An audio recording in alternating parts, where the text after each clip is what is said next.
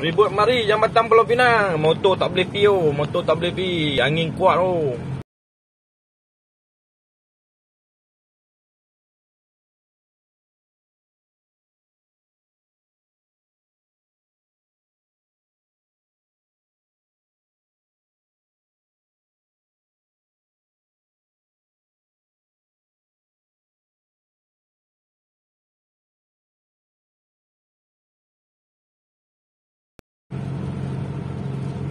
Jambatan Pulau Pinang.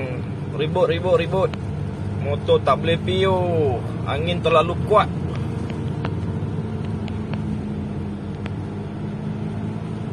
Semua parking oh. Semua parking. Bahaya. Kalau bonek. Enggak bahaya.